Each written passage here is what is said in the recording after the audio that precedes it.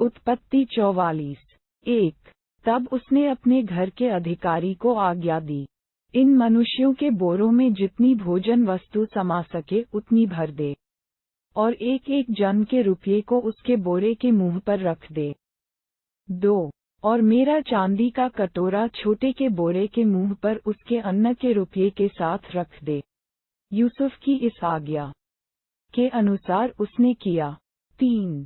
सवेरे भोर होते ही वे मनुष्य अपने गदहों समेत विदा किए गए। 4। वे नगर से निकले ही थे और दूर न जाने पाए थे कि यूसुफ ने अपने घर के अधिकारी से कहा, उन मनुष्यों का पीछा कर और उनको पाकर उनसे कह, तुमने भलाई के बदले बुराई क्यों की है? 5। क्या यह वह वस्तु नहीं जिसमें मेरा स्वामी पीता है और जिससे वह शकुन भी विचारा करता है? तुमने ये जो किया है सो बुरा किया। 6। तब उसने उन्हें जा पकड़ा और ऐसी ही बातें उनसे कहीं। 7। उन्होंने उससे कहा, हे हमारे प्रभु, तू ऐसी बातें क्यों कहता है? ऐसा काम करना तेरे दासों से दूर रहे। 8। देख, जो रुपया हमारे बोरों के मुंह पर निकला था, जब हमने उसको कनान देश से ले आकर तुझे लौटा दिया, तब भला तेरे स्वामी के घर में से हम कोई चांदी या सोने की वस्तु कैसे चुरा सकते हैं? 9। तेरे दासों में से जिस किसी के पास वह निकले, वह मार डाला जाए और हम भी अपने उस प्रभु के दास हो जाएं। 10। उसने कहा, तुम्हारा ही कहना सही, जिसके पास वह निकले वह मेरा दास होगा और तुम लोग निर्दोषी ठहरोगे। 11। इस पर वे जल्दी से अपने अपने बोरे को उतार भूमि पर रखकर उन्हें खोलने लगे। 12।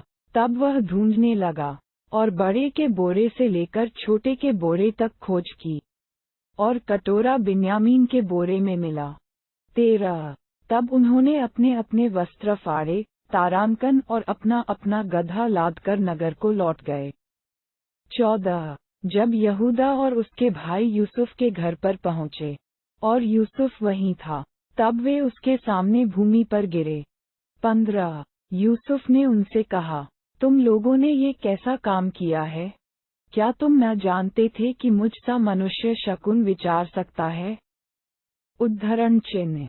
16। यहूदा ने कहा, हम लोग अपने प्रभु से क्या कहें? हम क्या कहकर अपने को निर्दोषी ठहराएं? परमेश्वर ने तेरे दासों के अधर्म को पकड़ लिया है। हम और जिसके पास कटोरा निकला वह भी, हम सबके सब अपने प्रभु के दास ही हैं। 17। उसने कहा, ऐसा करना मुझसे दूर रहे। जिस जन के पास कटोरा निकला है, वही मेरा दास होगा, और तुम लोग अपने पिता के पास कुशल क्षेम से चले जाओ। 18। तब यहूदा उसके पास जाकर कहने लगा, हे मेरे प्रभु, तेरे दास को अपने प्रभु से एक बात कहने की आज्ञा हो, और तेरा कोप तेरे दास पर न भड़के, क्योंकि तू तो फिरौन के तुल्य है। 19। मेरे प्रभु ने अपने दासों से पूछा था, क्या तुम्हारे पिता या भाई हैं? उद्धरण। 20। और हमने अपने प्रभु से कहा, हाँ, हमारा बूढ़ा पिता है, और उसके बुढ़ापे का एक छोटा सा बालक भी है, परंतु उसका भाई मर गया है, इसलिए वह अब अपनी माता का अकेला ही रह गया है, और उसका पिता उससे स्नेह रखता है। 21। तब तूने अपने दासों से कहा था, उसको मेरे पास ले आओ, जिससे मैं उसको देखूं। 22। तब हमने अपने प्रभु से कहा था, वह लड़का अपने पिता को नहीं छोड़ सकता, नहीं तो उसका पिता मर जाएगा। 23। और तूने अपने दासों से कहा, यदि तुम्हारा छोटा भाई तुम्हारे संग न आए, तो तुम मेरे सम्मुख फिर न आने पाओगे। 24। इसलिए जब हम अपने पिता तेरे दास के पास गए, तब हमने उससे अपने प्रभु की बातें कहीं। 25। तब हमारे पिता ने कहा, फिर जाकर हमारे लिए थोड़ी सी भोजन वस्तु मोल ले आओ। 26। हमने कहा, हम नहीं जा सकते।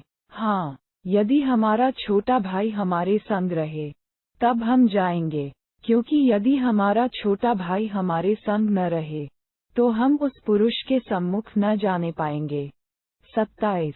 तब तेरे दास मेरे पिता ने हमसे कहा, तुम तो जानते हो कि मेरी स्त्री से 2 पुत्र उत्पन्न हुए।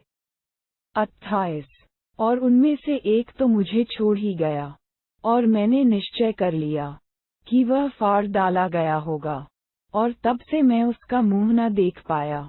29 अतः यदि तुम इसको भी मेरी आंख की आड़ में ले जाओ, और कोई विपत्ति इस पर पड़े, तो तुम्हारे कारण मैं इस बुढ़ापे की अवस्था में शोक के साथ अधोलोक में उतर जाऊंगा।